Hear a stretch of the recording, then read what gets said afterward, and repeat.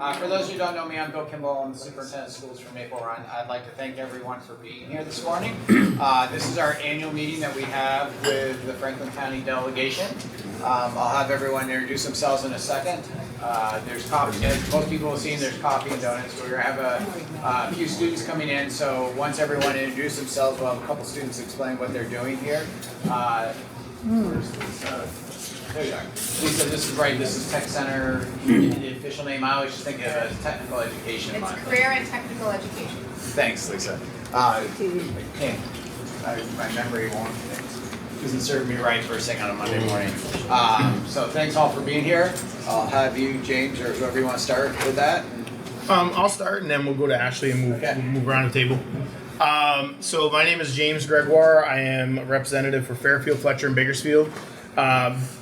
We always like to thank Bill and Leanne and all the other administrators for having us. This is their meeting that we come and get to talk to school officials. And so we're always appreciative of that invitation. We enjoy talking to our school officials. We have other meetings where we meet the hospital officials and others for like NCSS and all the different kinds of local nonprofits. So we love to hear from you guys. So we thank you for having us.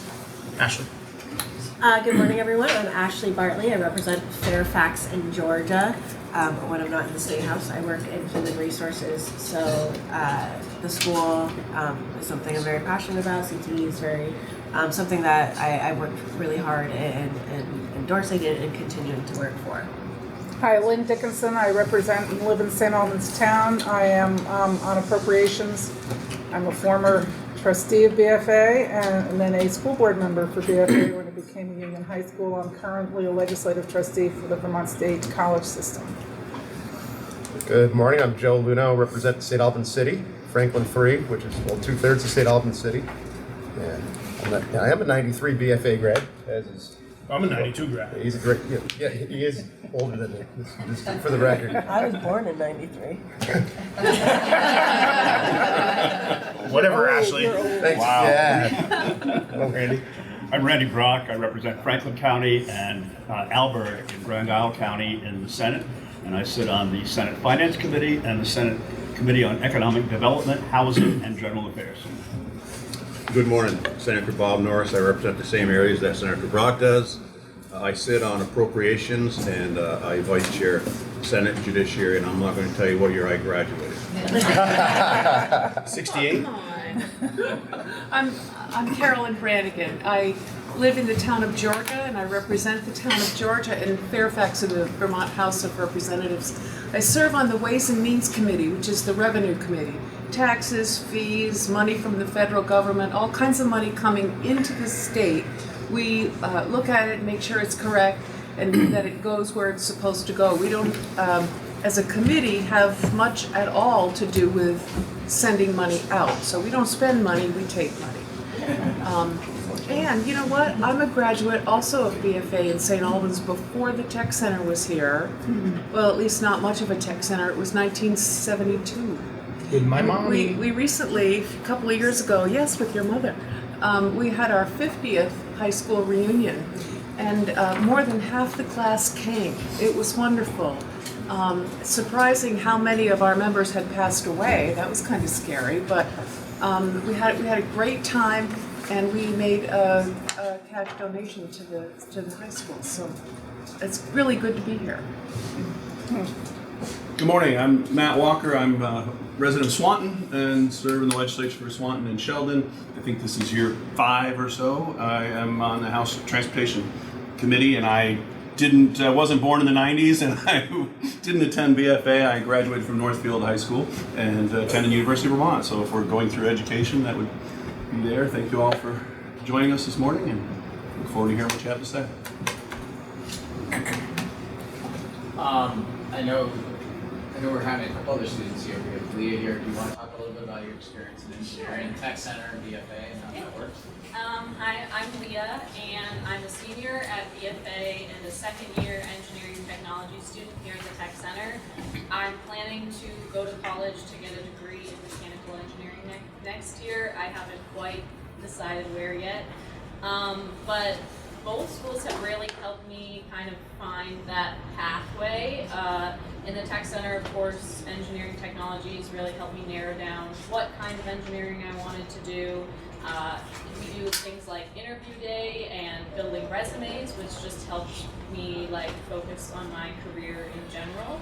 And then BFA, I've been taking AP Physics, which is really helpful in discovering that I enjoy science and math in that way, and just sort of helping me along to figure out what I want to do. I have a couple questions. We're not going to let you off easy. One, the easy question is what do you like most about school? But the hard question you might not want to admit in front of your administrators is what you like least, and also what drove you in the direction of mechanical engineering. Let's see. What I like most about school, kind of nerdy, but I really just do like learning. Like that sounds cliche, kind of, but like I just enjoy learning new things. Especially math is something I'm really passionate about, which sort of answers the question of driving me to engineering was that I was like, I like science and I like math.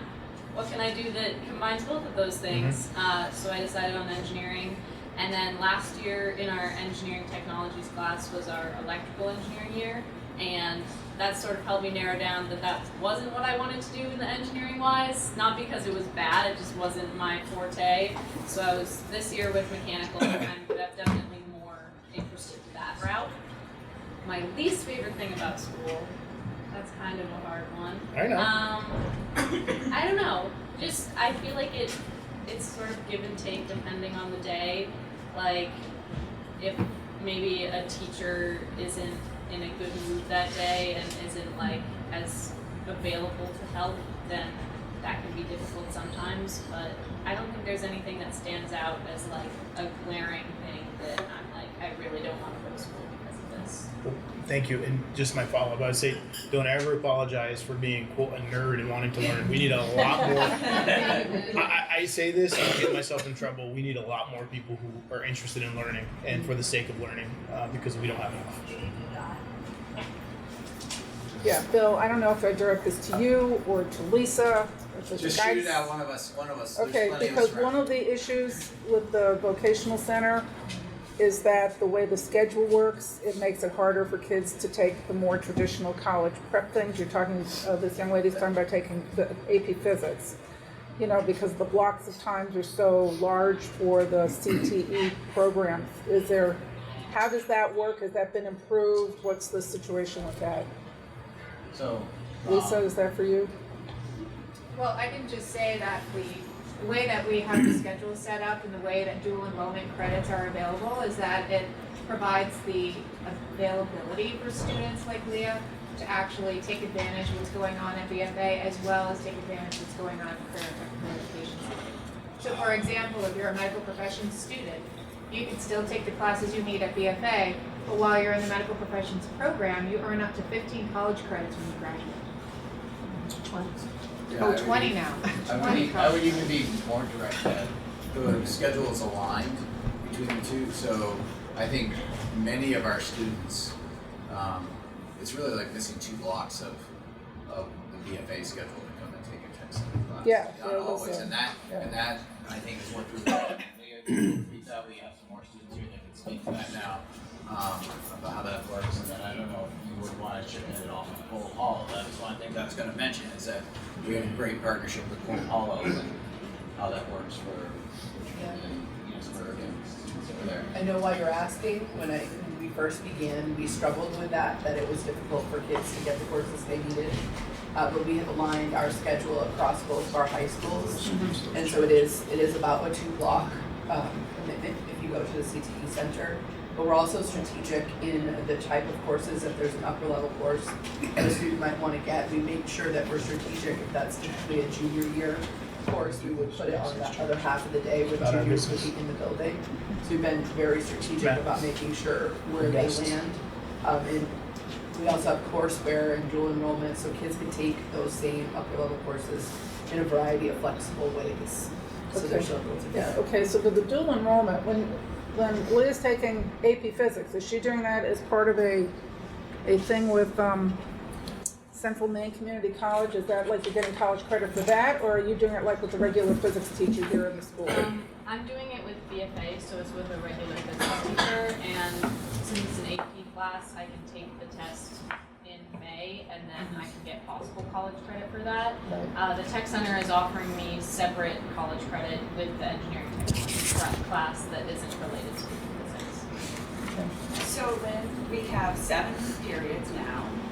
Yes. So 2 of the 7 are most of our Tech Center programs. Okay. So that leaves Leah 5 periods. Regular courses. Where she could do AP Lit, she could do AP Physics, she could do AP Calc. I'm sure she's in several of those classes. And the strategic word is the word, because what our admin does is they sort of sequester the program leaders and the IT people, and they run through scenarios. So for instance, we wouldn't want to run AP Physics at the same time we're running certain classes like French 4, Spanish 4, Right, yeah. engineering technology. So a lot of work goes in on the back end, so that we're very mindful about when we run these classes to optimize enrollment and stuff. Yeah, well, that's helpful, Stephanie. The problem is, I remember when my kids were here, which was Yes. a long time ago.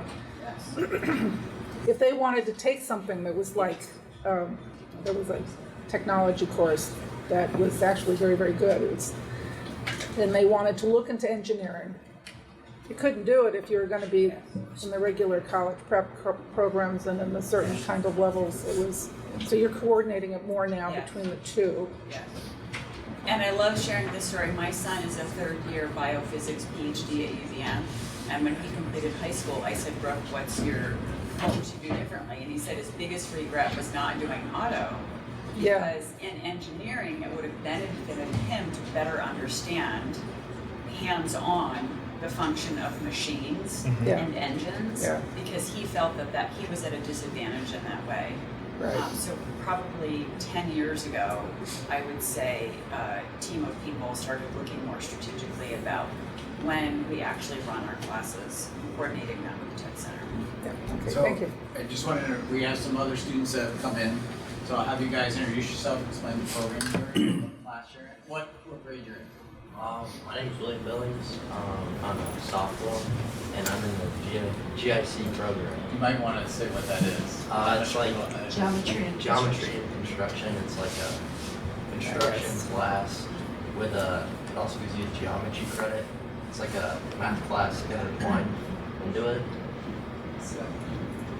My name is Bo Montang. I'm also in 10th grade and I'm also in GIC. My name is Elliot Frederick and I'm also in 10th grade and in GIC. My name is Quincy Chamberlain and I'm also in 10th grade and in GIC. So let me ask you guys, why did you want to take that class opposed to just doing either construction, building trades, or geometry? Why that? Because I wanted to, I'm good at math and I've always wanted to do construction, so it was like a 2 in 1.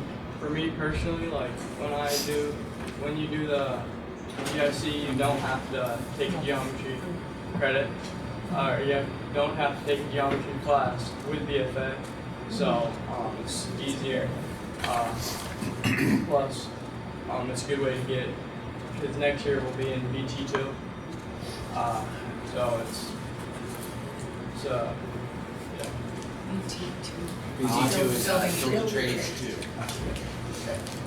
I took GIC mostly because it's, whether I take building trades 1 or GIC, it's a 2-period class, and I figured if I was going to take a 2-period class, I might as well get 2 credits out of it. I never liked math that much, and I figured doing it with construction, which is something I enjoy, and make it more fun.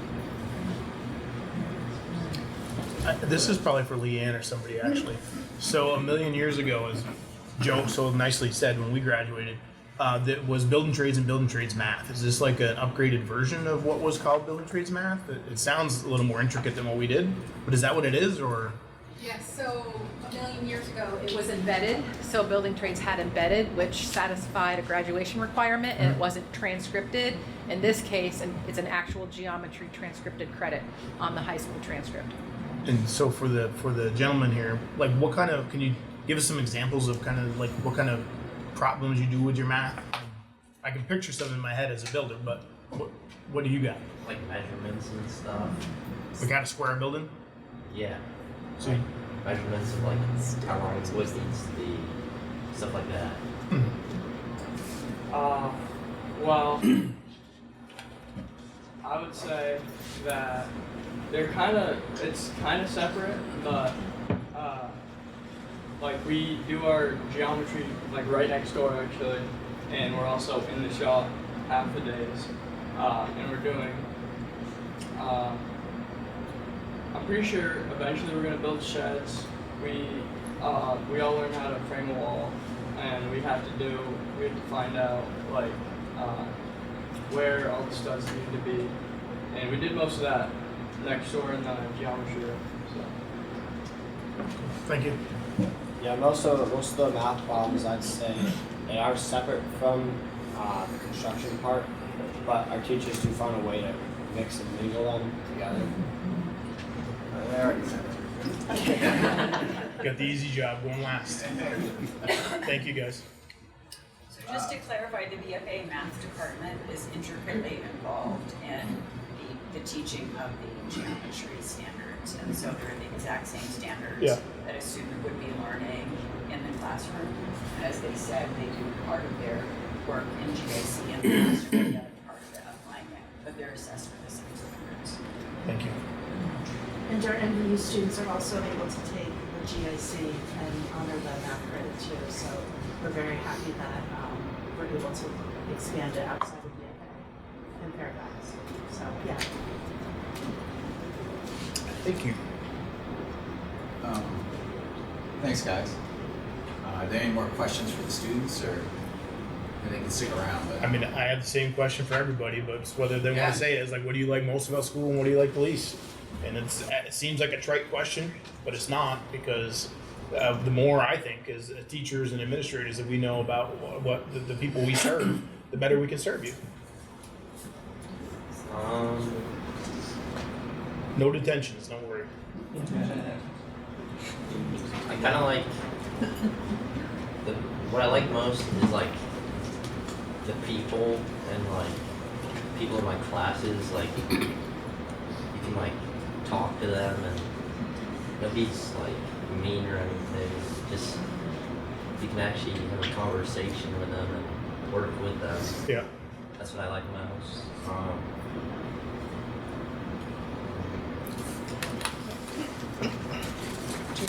I can't really think of something I don't want.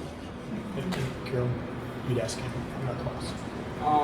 Personally, what I like about school, more importantly, the tech center, is, well, last year I really did not know what I was like gonna do, but the tech center really like set up a path for my future in construction, and it's makes it clear and achievable, I feel like. So I'm really grateful for the tech center. I really enjoy all the hands-on work we get to do, whether that's helping out with younger schools and helping them figure out what they want to do, or working in the shop and just building something. That's definitely one of the highlights of my day. Something I don't necessarily like is all the classroom time, but that kind of has to be there. Yeah. I agree. I also like all the hands-on work with building trades. And then I don't really love like tests and stuff. Thank you so much. Appreciate it. Carolyn. Okay, that was all. Guys, the last time we were here, or the last time I was here, we talked a lot about food, because we had just started that free lunch and free breakfast program, so none of the kids going to public school in Vermont have to pay for breakfast or lunch anymore. So tell me about the food here.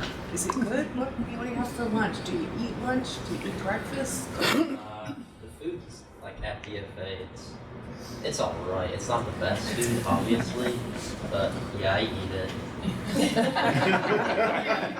I would say, actually, I do like the food here. I think it would be better. I think I haven't really had food anywhere other schools, but I think that we would have some of the better food.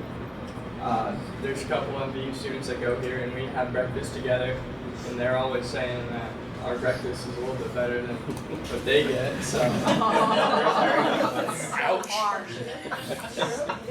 This is the superintendent for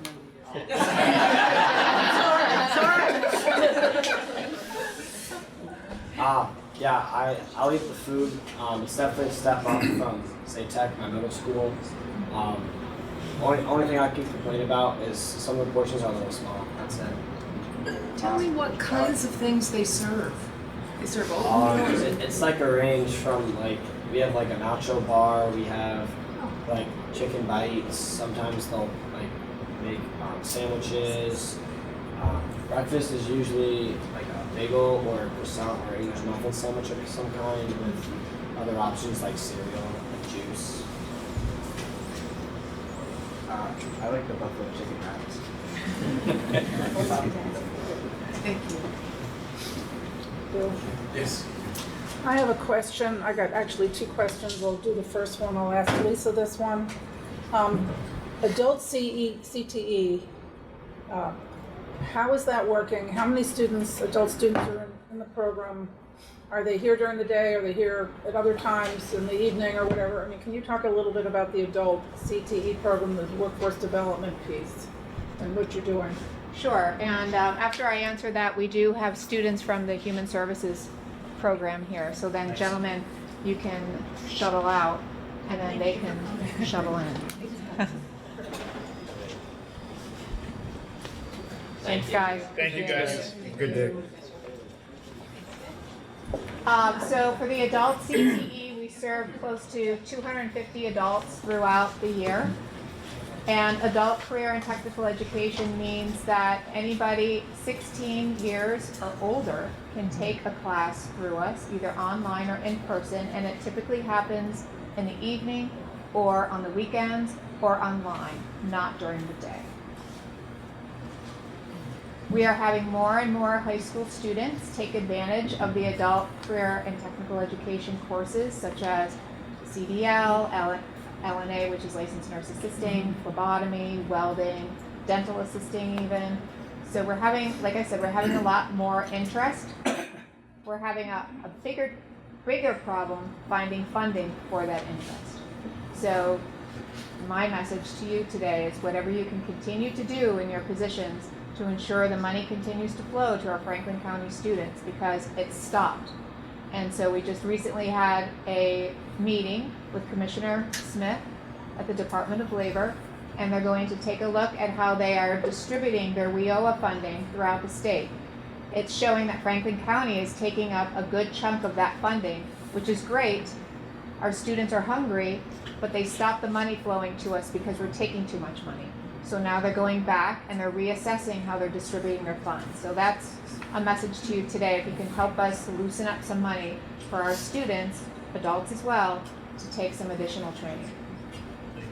I will add too that we, many of us, I'm Jen Conrad, I'm the Human Services instructor. And so through our adult ed, we're able to offer the paraprofessional course that students take online. BFA can take an elective, so we have also students who can only do a semester-long course with us, but it's helping them get their feet wet to see if they would like to get into the profession of education and give them some experience. And then our district has been wonderful with welcoming students, because with this credential, they can assist in the classrooms, and so it can lead to a paid co-op in our school, and it's kind of filling a gap because our district is really in need of growing not only teachers but paraprofessionals. You have students who are really passionate and want to gain experience, and being a paraprofessional is a very challenging job, and so this seems to be a great fit with growing the teaching profession. It's a great segue to Ms. Oh, Conrad yeah. and her my group. students totally didn't. I totally set you up. I'm so sorry. I was like, oh yeah, we'll just go feed in there and see how it's going. So I'm totally putting them on the spot. But if you guys would just introduce yourself and just maybe say what career you're interested in or what you're hoping to gain from being in the program. Great. Yeah. My name is Adriana, and I'm hoping to become an elementary school teacher. My name is Talia, and I hope to go into early education. My name is Jillian, and I really want to be a physical teacher. My name is Anna, and I'm really interested in child psychology.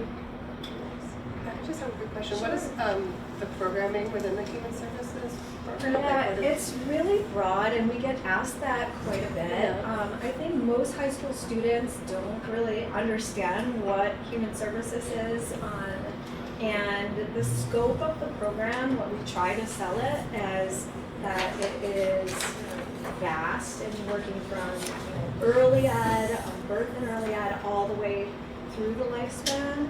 Many students come in though because we have an on-site preschool that they're able to work in as a lab. And so whether you want to work with children or not, we feel like that helps grow their professionalism. But in the scope of careers, students are looking at social work, counseling, mental health, early education.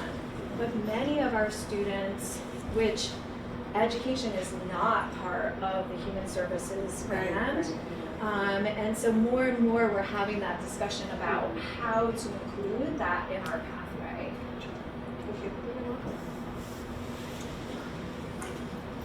I'm going to start with a different one, and then I'll go to my others. So first of all, thank you, ladies, for being in this program. Every field that you guys have mentioned are very important, as all the ones that your teacher mentioned. We have a lot of people in society, actually all of us, that rely heavily on human services. I spent 6 years on the Human Services Committee in the legislature, and before that I was a teacher. So I really am thankful for you stepping into these roles. But my question is, what do you like most about your either school or your classes? And what do you like least about them? And what, the reason I ask that is because we want to know about the student experience. If you feel like you're getting the most out of school, or what you would like to, think might make it better for you. Speak up loud. It's kind of hard to hear you guys. Who would like to go? Who do you all want to go? Anna, you start. Okay. What do you like most about school, and what could change or be better? Okay. I feel like we have a good community here, and I feel like we have a lot of opportunities to sort of grow as classes together. I think we have a lot of events that allow us to, I'm kind of meeting new students every day, but it's a good thing. I think we have a good community. Anything to change? While I think Yeah, about what do you that. think? Yeah, what do you like, Jillian? I just like the people. I go to NBU, so it's different coming here every single day. I guess I like what Anna said. I like the community, and also the school gives us a lot of opportunities, with the programs for both of us. I don't really know about. I think that it gives us a lot of opportunities and experiences we would get without. This Thank is you. your moment to say, is there anything you would change about school overall? So it can be your high school experience, your career in tech ed. It's your moment. Important people. And remember, some of you want to go into education, so this is you change the policy, it's going to make your job easier too.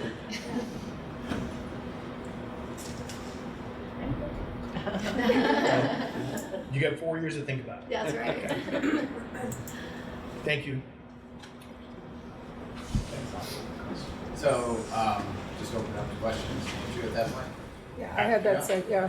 Talked about the absenteeism that is experiencing the school. I mean, maybe all the superintendents can talk about that, because there was, a couple of years ago, there was a constituent of mine who went to a school board meeting and said there was a 49% absentee rate in the schools in Maple Run. I don't know if that's, this is after COVID. Yeah. Obviously COVID was disruptive, but what are we doing about absenteeism? Is there something that's still a problem out there? Explain how that works. Well, I can speak for Maple Run, and then maybe each of us can talk about that. we were experiencing a big change in that this year. It's taken a couple years.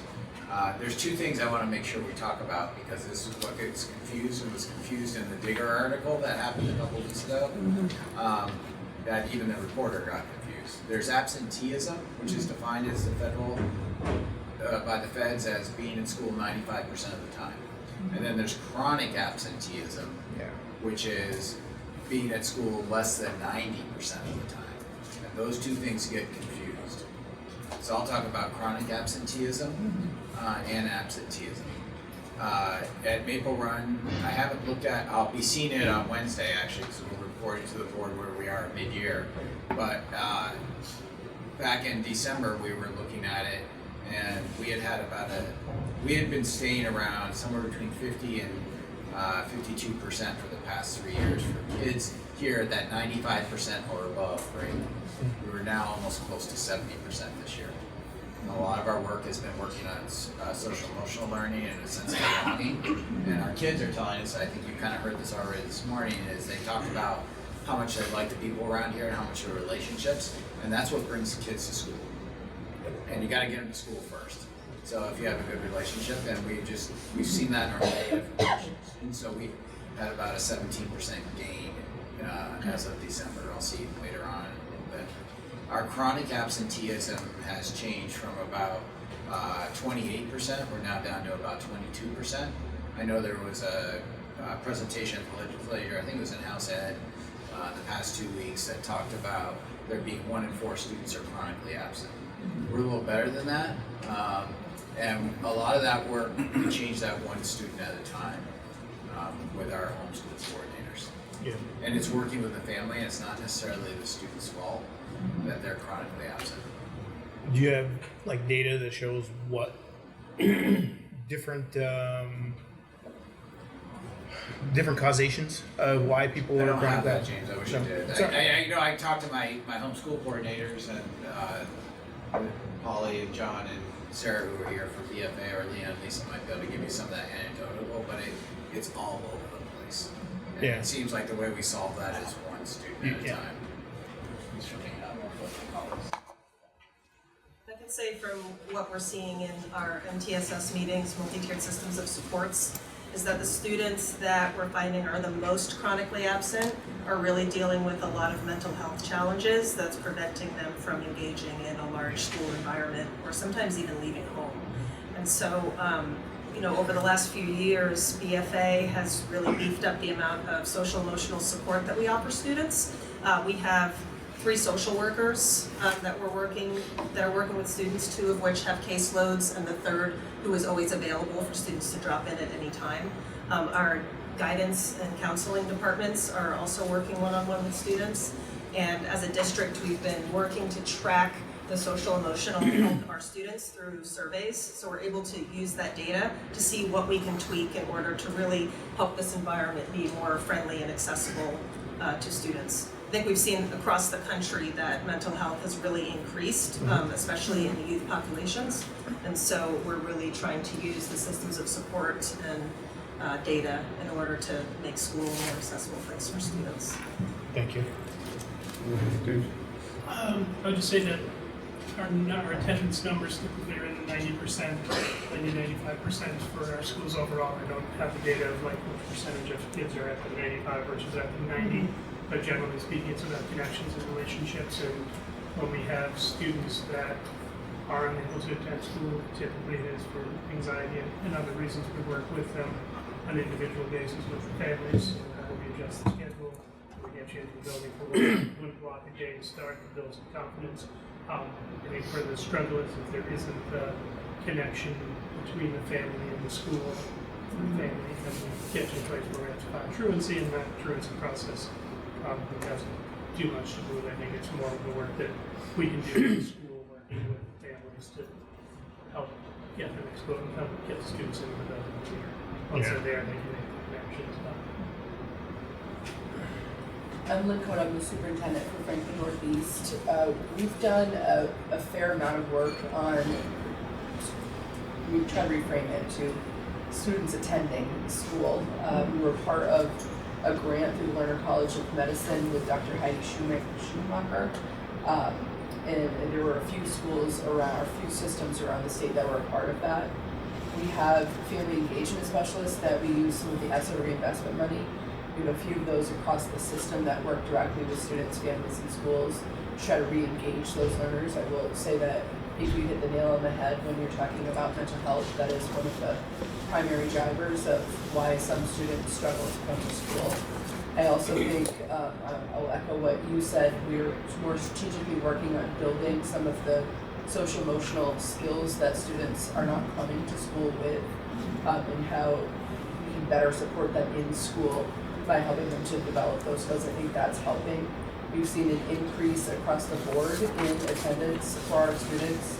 I didn't know the numbers off the top of my head because I don't really retain that kind of data in my head. I like to look at charts, but we are at 18.9% in terms of chronic absenteeism this year, and that has improved by almost 6% over last year. So we're seeing some progress, but it's really intentional work. I think another piece of that work that we're trying to do is to think about how we design our school experiences for our students and making sure that we're really leaning into that idea of them having opportunities that are relevant for them and are engaging, and they can see themselves in the future, like really using these skills in the future. And I think that's all part of it. If they can't see the why of what they're doing, it's a struggle to engage them.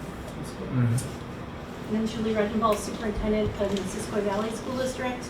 Similarly, we have an attendance team district-wide that looks at our numbers, prevention, and what we can do when folks do get to that chronic level.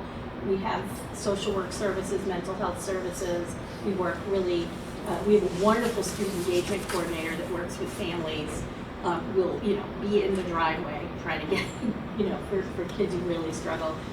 Mental health, employment is often one too, where if we don't, as to Lynn's point, if we don't hook and engage students with programming that makes students feel engaged and like they belong, they will often find more interest working by the time they're 11th grade, 10th or 11th grade. And so we really have had great success with some of our alternative programming, like field studies and and going to the tech center, our ag program.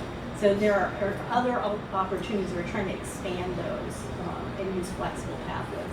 Our data is, our daily attendance rate's at 95% right now. We're really proud of that. And our chronic absenteeism is down to 17%, which I was pleased when I heard that the state average was 25. I was looking at the presentation from Secretary Saunders. There was nothing new in there that we're not doing already as schools, but we always look forward to coordinated efforts. We're seeing more movement at the state's attorney's office when we do get to that level. One of the loopholes is home study, however. It is so easy. You can have a truancy hearing scheduled and file for home study, and typically then it's dismissed. So what I worry about are kids that nobody's keeping tabs on. So I'd like to see that buttoned up a little bit. As much as I support home study, I don't like the loopholes. I just want to follow up on one thing. I'd say for schools, our job is, kids can, it's less of a, there's less of a social pressure to feel like your kid has to be in school, no matter what grade it is. And you kind of keep that from me, but talking about homeschool, Julie. And so I think for us, our job is, while it's always been about engaging kids, it's also about not having saying, why do you need to be in school? Where what I think about when I was in school in the late 70s, early 80s, it was like, you gotta go to school. That if anyone thinks that in today's world, that's gone. Right. Sir, could you restate the definition of chronic absenteeism? I missed that. Yeah, the chronic absenteeism was when a student is not in school less than 90% of the time. And so I can tell you, like, if I look at our daily attendance rate, so we had I just want to make sure we get all these things confusing, all these percentages. Daily attendance rate is what you have in school for overall attendance. And so for Maple Run, we're around 92% daily attendance for. It's different ways. Unfortunately, there's too many confusions relative to As always, is just seeing or hearing one data point in the media doesn't mean that's what it is. You got to look at it. You got to look at it underneath. I know other people have questions, but to finish up on, since I asked this question, first of all, thanks. But I'm stupid. I'll forget what I got to say. I wanted to highlight this that because there's a lot of people that don't understand that there's so many different reasons why kids are out of school. It isn't just boredom or, I didn't like coming to school, I was bored, but I didn't have mental health issues. Those are very, very different things. And I wanted to make sure that people understand that. It's really important. If I may, what are the repercussions for the chronic absentee children in terms of advancement academically? Or are there? How is that addressed? If you've got someone who clearly is not showing up, is that student promoted to the next grade level? I'm happy to answer that. Sure. It's very individualized, obviously. So it depends on how much is missed. There are times, and it depends on the grade in which. So there have been times, I hate retention. I think it's bad for kids long term. The research is out there. However, there have been times when somebody misses so much of, say, 8th grade that they're not able to go to 9th grade. And a team makes that decision with the family, etc. But the stick at the end is really often going through the state's attorney's office and truancy court, and it's not particularly helpful because it's not bringing people together. We do most of what we can in school with families trying to solve the problem. Yeah, the last thing you want to do is contribute to that judicial backlog, which is staggering already. But if you look at attendance and you look at students' proficiency on the reading tests we do and the math test, there's very clear alignment that you need to be, when you miss more than 10% of your school year, you're typically not as performing as well. It's not often that it kicks it into not enough to move to the next grade, but sometimes it does. May I ask a question? I think we have a comment. Or I just want to speak to, when you brought up like after COVID, it was a really Herculean effort to get kids back in the building. Everybody went remote all over the world, right? And our kids felt the same. But I also want to speak to what you just heard about is, the amount of mental health employees and supports that our schools have filled that gap with that have not existed in our community as of late. So that translates, as you know, to a bottom line. Like, we employ a lot of people, so these numbers are great, and we are making great gains as we're very happy about, but it also comes at a cost. And I just want to say we're doing great work, but we're paying for it. And so I just want to say that, and happy to, but that has been a reality for sure. Yeah. I mean, we employ 3 social workers. Yeah, right. Just long term, particularly for those of you who are superintendents who've been here for 10 years, 20 years in education in Vermont, what's the long-term trend that you're seeing regarding absenteeism? 32nd year in Vermont, in this Franklin County area. I would say that long-term trend, I think it is higher now than it has been. I think it's coming down a little post-COVID, but I think there are a lot of factors that I just want to point to that maybe haven't been mentioned too. There are things that are happening at home that make it really hard for kids to be in school. So I think we have to look at, we have a drug epidemic in our area, and I think that I think we also have students that have to be home sometimes so that their families can work. Their poverty plays into that as well. And I think long term, I'm going to tag on to what Polly just said, and I've suggested this before in the legislature.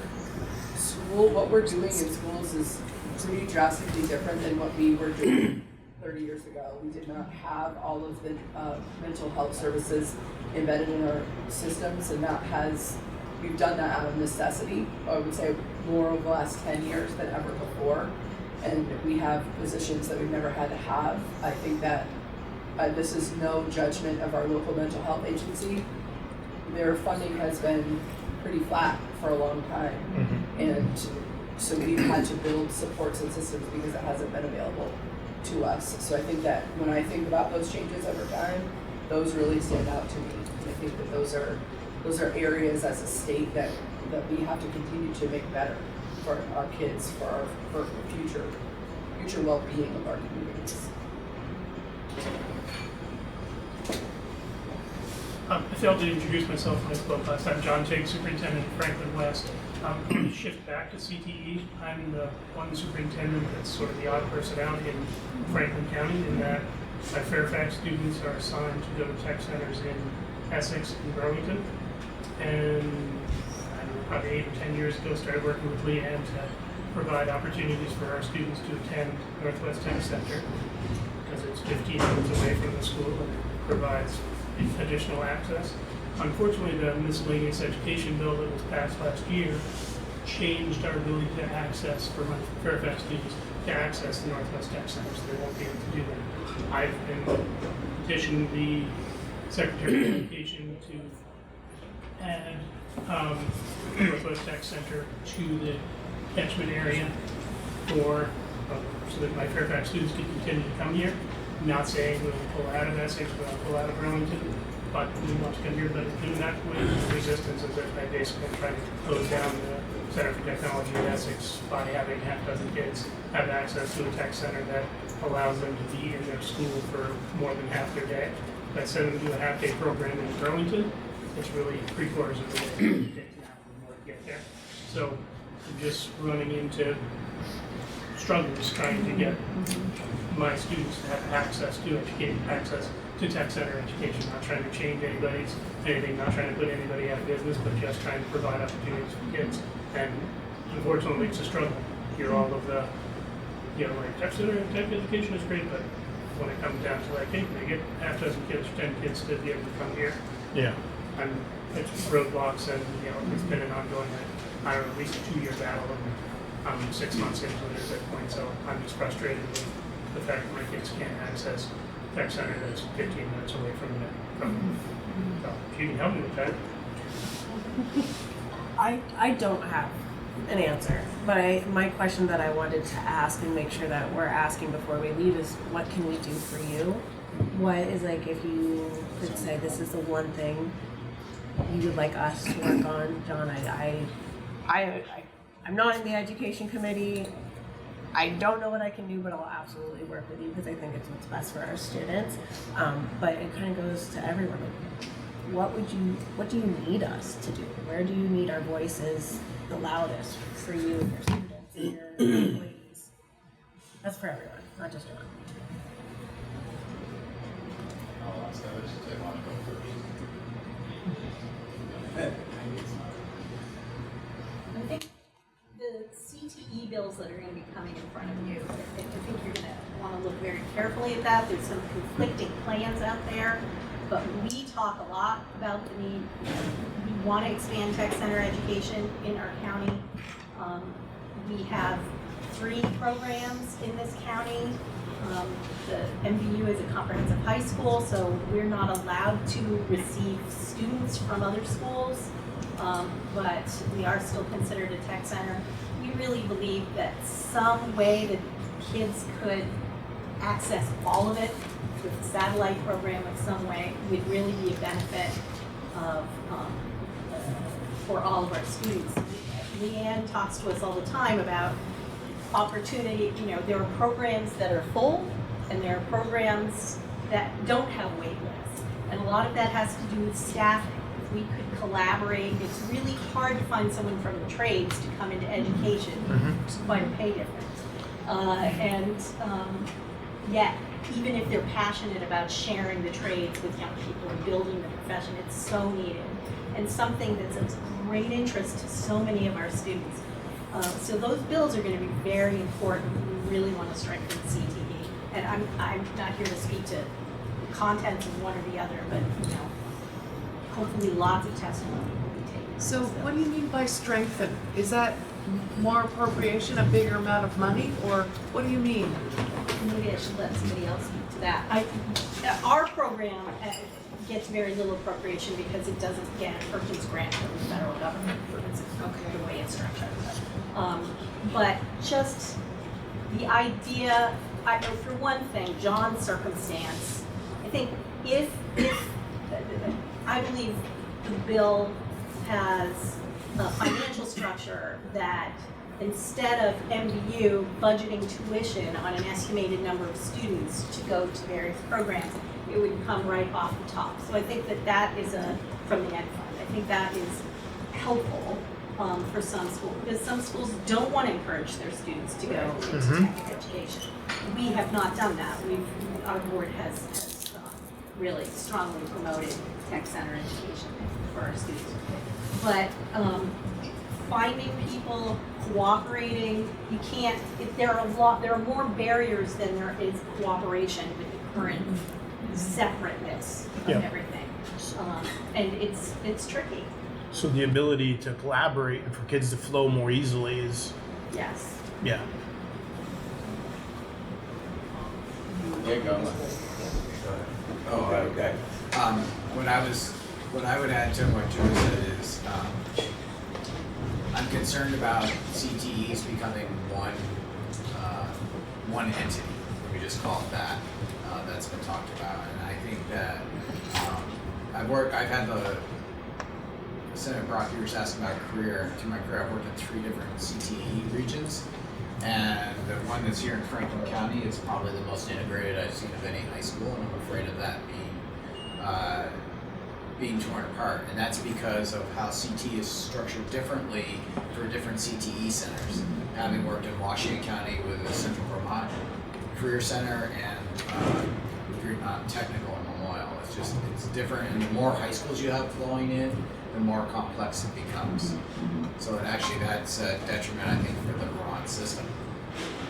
So I would caution us to going to thinking that one entity is going to solve it, because you heard from our students here, and like you talked about Cold Hollow and making those ways of having kids being able to go back and forth between high school and CT is something that I really want to protect.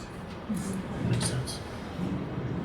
So, let's talk about the elephant in the room, Act 73. So, we're in the midst of reviewing the most comprehensive education-based legislative reform in generations, and you have a very hard job ahead of you to figure out how to navigate what's coming ahead. I think that, I'm sitting back from my vantage point as one of the lowest spending systems in the state.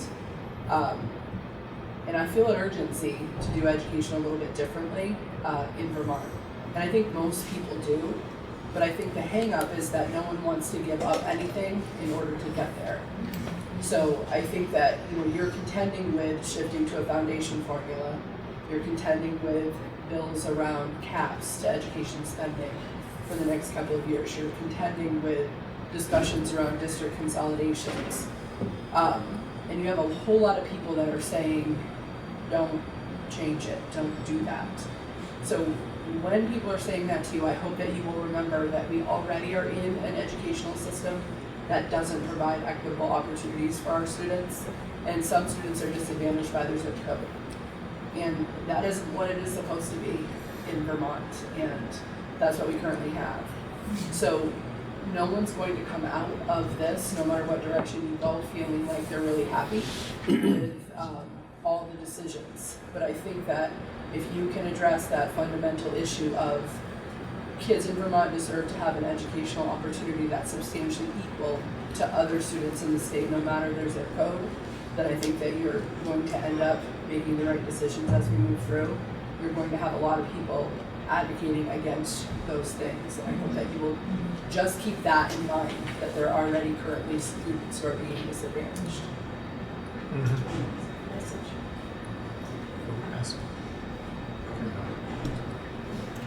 Just want to go back to career and technical education. I'm old enough to remember and work in a system at a very young age, administration, what's called vocational education. which is now career technical education. It was a whole new phenomenon, built these centers in the 70s. And in the Agency of Education, which was then the Department of Education, there were at least 3 people, an assistant principal and working in group protection, that we could have contact with. And not only did they know the importance of young people getting training for the trades, but they were advocates, and they were known by legislators. When they walked into a committee room, they had credibility. Over time, they've eliminated all those positions, and they don't have an understanding at all. When I chaired Senate Education, I used to tell my committee and other people, we are a bunch of hypocrites. The governor's a hypocrite, and we were hypocrites. And it hasn't changed. One day you have a press conference and say, we need more people in the trades. We need more people coming to Vermont to work. We need more. And then you look at a funding formula for CTE, and it discourages them. And I don't know why. I thought at one time we were making progress. Had a good committee of people who understood the trades, from working in social services to being a plumber or whatever, and the adult part at night. I don't think it's there. I don't think the advocates are there. You people are so busy with so many other issues, and you know some success stories that we hear here, and you figure everything's all right. It's not all right. It's gotten worse since the 1960s. There's nobody that really speaks up in the legislature and says, hey, the closest we came to it was, whether you're a Democrat or Republican, has nothing to do with it, but when Jim Douglas was there, he looked at the total child. He advocated with scholarships, he advocated, worked with us some on his staff on the career centers, and we made some gains. But once he left, his staff changed, the next 2 governors, and I don't know why, because currently, the governor is in the trades. But I don't think it's the governor so much as the legislature. It's the legislature. It's nice to talk about it, and go to meetings like this, but nobody seems to want to go back and really grab the bull by the horns and say the whole funding system is against young people going to career centers. I agree. I've been saying that for a long time. It's a real problem. So regarding Act 73, there is some talk about arranging the districts around the tech centers and making the tech center the hub of the school district. They'd be much larger. What are there, 7 or 8 tech centers in the state? So there would be that many districts. 16. Okay. Yeah. So there'd be 16 districts. What do you guys think of that? Well, for us, this county has 2 tech centers and then the comprehensive high school program. So that's we good. wouldn't, you know, there's 2 models. There's a map where we would be 1 as a county with either all the islands or part of the islands and Albert, you know, and then there's the Peter Collins map that would actually separate MVU from its tech center. So there's work to be done.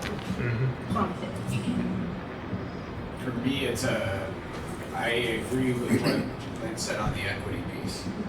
Maple Run has the highest funding in the county per student. Look at spending per long-term weighted average, and it's about $4,000 difference because you're the lowest and I'm the highest. And I totally agree with Lynn on the equity piece. That means Maple Run's going to have to give up. Polly Rico, our principal, just spoke to you about our board is elected to put a whole bunch of mental health supports in our schools, and that is because the agency hasn't been there. What would get stripped? My recommendation to the board, it would be a board decision, but it would be that mental health piece. That's what would come out, because I don't see that under our mission or our vision. I see it as part of what we do to support kids, but I don't see it directly related to what our mission and vision says. They need it to access school. So those are and so when I think about a foundation formula set at $15,033, that's what's going to start happening. And I don't see where the equalization of teacher contracts is able to fit within there. When Lynn and I talk about this, when a teacher moves from Franklin Northeast to Maple Run, it's usually somewhere between a $15,000 and $20,000 raise when they're in the master's level. That's not right for Franklin Northeast to be able to keep their teachers. And it's not right, and so I know this is probably never doable in Vermont, but having differentiated pay scales across Vermont and not having a common index is hurting Vermont kids. And that's what's a big part of that makeup of the difference. In Maple Run, we're in negotiations right now. We have the 5th highest base salary in the state and 16th highest for the top level salary. So we're almost at what South Burlington and Burlington is. There are a couple others higher. We have to because of what we see coming down the interstate. But having that big difference in equity when 75% to 80% of our budget is going into personnel, there's the level. I know that's really hard, easy for me to say and hard for all of you to do in the legislature, but if we're going to tackle the spending and we're going to tackle all that, we've got to be having a real conversation about HR costs. Yeah, I once went to a seminar, a public hearing with Richard Cate when he was the Department of Education Commissioner. And we talked about a single contract, statewide contract. This would be difficult for many places because South Burlington, everybody would have to go up to South Burlington. I mean, I think there's ways to do it, to go and phase it in over time, but the reason Maple Run is as high as it is because you have those 75 years of experience with BFA, which never had a budget voted on, which always had the highest contract. Back when we did Act 46 in 2015, the only highest yield, the highest per pupil cost in the county was at BFA as a district. And BFA was going to be penalized under that cost containment that they created, that they then got rid of. Everybody else was below that. But that's an issue. I mean, that's part of your equity issue. And one of the other things, there's several things with CT that I can remember. One is that governance is different. It is like in a high school, but it's not of the high school. You know, it's no governance structure. I remember when Don Collins and I were both he was superintendent of Fairfax, and Fairfax was part of this in BFA. And we would go to these advisory meetings with Red Godin and a bunch of people from the industries, and Paul Clark was there. So, you know, I don't know when Fairfax left Franklin County and went to Essex, but, you know, this was the logical place for them to be in the county. I have another question about mental health issues and the stuff you're talking about, though. Do we still have an alternative program that is off-site, that goes and it works with students? Yes. Okay. And that's still successful? I think if you want some data to understand the impact of how education spending has had to shift related to mental health, that's a study that I don't think has been commissioned yet. I would love to see you take a look at what all of us are doing that had historically been mental health related. I've been saying for years, yeah, the DAs. This is not the education fund anymore. Yeah, so the this DAs. is education, mental health, social services. It's all embedded in there, and it's important to look at all of those pieces. Yeah, and we used to have teams that worked with the DAs that came in for specific issues to work with the guidance counselors and the people in the school and with teachers. And I don't know if you still have that or not, but I know the DAs are hurting. They're really financially, they're like everybody else, they're really financially hurting. And I think that absorbing the social workers and the mental health counselors into the schools is kind of, that's an alternative that didn't exist not that long ago. I was here when we hired the first social worker, you know, and she was supposed to be a year-round employee. And then she didn't. She stayed, ended up school worker. I'm a community social worker. I have a private practice here in St. Albans. And I just wanted to name that I think when there's other societal things happening, it impacts the kids, right? So the political climate right now, ICE on the streets around the country, around social media, they see what's happening. So as you guys think about all the decisions that you make, they all impact our kids. So impact their parents, impact their children. It's a family. Yeah. It's larger than just the kids in the school. Yeah, it's just, so. Last year when we were talking about mental health, I think it was the superintendent in Grand Isle mentioned, you know, like decoupling, because the services are absolutely necessary. They're more necessary today than they've ever been. But getting that funding out of the education fund so it's more transparent and accurate to where it goes, and then maybe having collaboration, not maybe, but actually having collaboration between the schools and the private mental health providers or NCSS, et cetera, the designated agencies. I mean, that's not going to cost us less money, but it'll put money where it belongs in terms of everybody understanding where it is and the transparency. But it's one of the biggest issues of the day, right? I mean, it's huge. It's not a small one, that's for sure. It's also a significant issue when you start comparing costs across districts, and then where Vermont stands in terms of costs nationally. Because other states do things very differently than we do, particularly regarding some of these social services costs. So that's one of the things that I hope that as we deal with education funding this year, we take that into account. And the notion of perhaps decoupling is something that should be part of the discussion. Or at least understanding. I've Right. also done some research around that, and there are some states that have healthy, thriving mental health systems, and so none of those costs are in. And when we say that we're spending the most of any of those other states, what are those apples and oranges, Right. or Yeah. those all apples? Because I think to your point about the alternative programs, we have a couple of alternative programs in FNDSU, and we know alternative programs like operated within education systems are popping up everywhere around the state because our access has been diminished for a variety of reasons, and I think finances and AHS are a part of it. So I think fully understanding the scope of what we're talking about when we talk about education spending is important. I hope, Senator Brock, what you just said really comes to fruition. Because at one time, I believe a gentleman by the name of Jeff Francis, who was executive director of superintendents, collected a lot of that data. And at that same time, I was out of the Senate and doing consulting, and I was in Virginia, Carolinas, working through the United Way of America. And I was flabbergasted. All the things that I had been dealing with as a superintendent, the superintendents there knew nothing about. It was all through social services.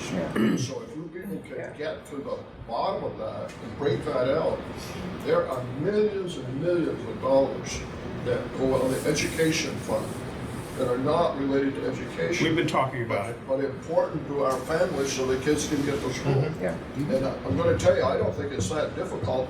You won't find them all, but it's pretty obvious when you look at how schools are staffed, the number of people that are not really involved in what we call instruction. They have the support services that deal with mental health, that's deal working with parents, all those things. So if you get to the bottom of that, you may not solve it, but let's let the public know that millions of dollars in every supervisory union and separate districts is now so-called school districts, not SUs. But anyway, good luck. Well, we've had Jeff Francis into Senate Finance within the last 2 weeks. Good. You'd be shocked how much you could reduce education taxes. If you could fix health insurance. Bill, I guess Senator. Yeah, I saw the next. Yes, it's been a great conversation. I know we're here to talk about CTE, but as long as I have all the superintendents here, I've been hearing from some of my constituents, and I just need to lay the groundwork a little bit to get answers from you all. What I'm hearing is that in the particular school here in Franklin, universal meals, we want to feed our students, we want to feed our young adults, and so on and so forth. The calls I've been receiving is if somebody brings a cold lunch to school, they don't sign up in the morning for a hot lunch. When they go through the line to get a milk, they're being charged for the milk. However, having said that, they could raise their hand in the morning and say, yes, I want hot lunch, still bring their cold lunch, go through, get their milk, and toss their hot lunch into the garbage or whatever else. And what I'm hearing is that it's because of billing. I don't know if it's happening in your particular districts. Unfortunately, Lynn, it can't. I know exactly what it is. There's USDA regs. But yes, but we do receive some funding, do we not, through Vermont Universal Meals? Yes. It seems so trivial when we're talking about millions It has of. to be a reimbursable meal, so what you're saying absolutely could happen. A student has to receive a reimbursable meal by the federal guidelines, otherwise the subsidy, the claim can't be put in, the subsidy can't happen to the school. Milk is not covered under that, it's not part of a reimbursable total package. So it's a billing thing. Absolutely. Our children are being denied a milk because of the billing thing, is what we're saying. It's not a reimbursable federal meal, policy. they have to take the entire Same meal thing, from the yeah. federal government, and then the state can pick up the other piece. Then if a That's student just- takes a partial meal or doesn't take their milk, the student behind them can't take that person's milk, because it's a separate meal. So even if he says, my buddy can have my milk, he can't, because then he'd have 2 milks, even though the other kid didn't take it. So I would encourage you, and I'm welcome to invite you, I'll put this out. Every time we have an audit for one of our food service programs, we have all the time, we had multiple last year, I sit in on those reviews. And my jaw drops every time at the level of detail that we are called into task on in all of those audits, and that is absolutely one of them. That isn't something we can just say, we're gonna do it our way anyway. We get penalized for that. Please do, I'd love to be part of that. Yeah, I will reach out to you. So you can just listen to the amount of rules and regulations that are there. So, just to be clear, so this is all guided by federal policy. Yeah. So we should, as a collective, be contacting the national delegation and saying, hey, listen, can you guys work on this? I would think it's, yeah. I mean, obviously it's, USDA. yeah. Yeah, I mean, no, we've all sat in those, and it's the same. I would Oh, agree with Lynn. oh, It's bureaucrats up the wazoo. it's probably one of the most detailed audits we go through. Crazy. Well, and if you think about that, to be in compliance, to receive the millions of dollars all the schools receive for feeding our students, we feed hundreds and hundreds of thousands of people every year. We then have to employ positions for maintaining compliance in this. So it's, regulations do equal costs when it comes to these things. Yeah. And you have to, of course, have regulation, but it's that balance. And this is one where sometimes it feels a little bit balanced. Well, I didn't mean to get away from our CTE conversation, but in case I got Fair enough. constituents watching this, I need to ask that question, obviously. So I would love to be part of that, Lynn, if you'd I reach will out to invite me. you. Please do. Bring lots of paper, because you're gonna want to take notes. He understands numbers, he's on a pro, so he'll be all right. Senator Norris, I would say somewhat of the same is true for CTE in the state of Vermont. It's all federal money. It's very highly regulated. If I were to take out, if I look at the CTE, and Leanne and Lisa have heard me say this, I had not been a superintendent of a CTE center before coming here, and my eyes were open to the amount of regulation that CTE goes under compared to the rest of pre-K-12. Well, it just struck me as kind of funny. I mean, we're from Vermont. But it's dairy, it's- and right, but it's a we can't get milk. Right, but it's the federal. Whenever the federal law comes in, it happens in CTE as well. So when there's Perkins dollars, the national CTE federal regulations come in, and I think about the difference. We have 2 principals in here, Polly Rico and Leanne Wright. It's night and day the amount of federal requirements that Leanne has to hold up to what Polly has to hold up to. It's just because of the federal bureaucracy that comes in, because of the dollars that are coming from the feds, whether it's food service or CTE, any of those, it just really increases the amount of, you said it well, Joe, the human capital that you need to have to track all that. Thank you. We have about 5 minutes less, so I don't know, I'd ask our legislative representatives, are there any questions that you have, or? I would like to say that we're very thankful for all of you guys. In any organization you go to, you can easily say that there's less than stellar individuals, but I don't think you can say that about our school administrators here in Franklin County. We're very, very fortunate to have all of you, and we might have disagreements at different times, but I can say, at least for myself, every single one of you that I've ever talked to, it's always been respectful, insightful, and I can tell that each and every one of you cares about the kids. And so, Thank you. I think Rennick has a question. Yeah, I just have one question. I spend a lot of time where I work in South Burlington, and there is a tremendous amount of development and money going in down there. And one of the things that I'm really concerned about is our education, we're always fighting and clawing for everything, and like we're not getting the attention that is getting down there. And I just hope that there's something we can do to push some of those resources up this way, because we're continually like losing students and losing people and losing employees to them, and I'm kind of like seeing like this tale of like two Vermonts almost. And so I just hope that's a consideration. Because it is always a consideration, and when you live in a rural area and you know the attention that gets paid to the urban areas because of population, because of the number of people that they have in the General Assembly, which is, as you know, is distributed on the basis of population. These are always concerns. But those are also some of the reasons why we're looking at things like foundation formulas so that we don't have great disparities, and why we're also looking at equitable distribution of resources, particularly things such as CTEs across the state. All of those are on our plates, and we work on it even though we're not necessarily in a majority because of the way things are distributed. It's funny that some of the calculations we have about a variety of things around the state are actually based on some of the federal mapping that puts us in Burlington's same area for cost and salary, which doesn't make a whole lot of sense, but that's the case that we're also having to deal with. Yeah, I was just thinking of like the proposed changes to like Act 250, 1, 2, 2, 2, or 3. Like, there's going to be no development anywhere outside of some of these like zones. It will again trickle down to the schools and our tax base. Yeah, that again is a debate that we're engaged in as we speak right now about the distribution of a variety of resources because of that. And that being said, there is a bill currently in the House, and please forgive me, I think it's H775. About 3 bills that have 2 7s and 2 5s, and we're working on them all together.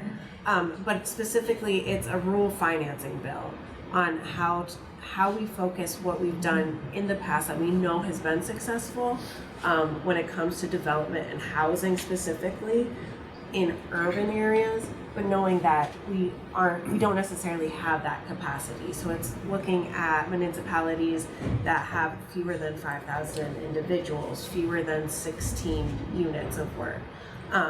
So there's about 5 different pieces of that one bill that's really focusing on areas such as ours, because that is something that I've been kind of shouting from the rooftops for the last 3 years, that, you know, it's great what's happening in Chittenden County.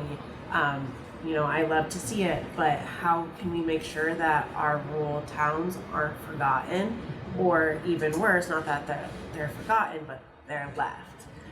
So it's definitely something that I'm personally very focused on, and we're hopeful that at least it moves out of our committee later this week or early next week. So just to your point, Rennick, you're not wrong. There are people in Montpelier who basically want to see the vast majority of development in existing downtowns that are currently serviced by municipal sewer and water, and for areas outside of that, want to see next to nothing. Okay, which would just exacerbate the disadvantage we would have in rural Vermont representation of Montpelier, and that's not acceptable. We'll see where those things work out this year, and it's certainly not that there's a sensitivity to the preservation of our landscape, which is one of the primary drivers of our economy.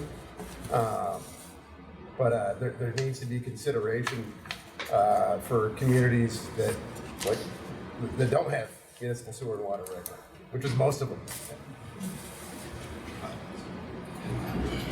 If I can add on to that, I also would have to say that it's even worse than that. Let's not forget the 30 by 30 and 50 by 50 that was enacted by the supermajority over the governor's veto, which is going to require 50% of the land be conserved by 2050. Where's that going to come from? Where is that land? That is in the rural land. It's going to be worse than what you think. You think it's hard now. We go another half a generation forward, it's going to be substantially harder. You're not building anything in the rural, and that is already the law, and we're already mapping out where the 30% comes from, and they're headed to the map of where the 50%, and I guess I would ask you, if it's already built, and it's not being conserved, where is it going to be left? And it's going to be left in our rural areas and our rural communities. So that is a brutal. That is 30%. law. That is an impact on your grand list, which we use for property taxes to fund our schools. And this has an impact on our housing. We all know the housing is beyond belief at this point in terms of cost.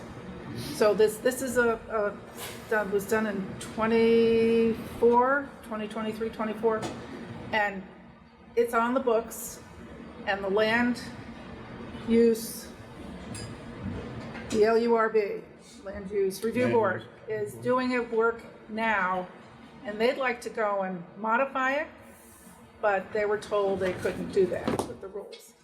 But this has a huge impact on our grand list. You know, you think it's tough now. Wait till we. I'm just wondering, like, I am, sorry, we're totally digressing. Well, we are a little bit. We're a little bit past over.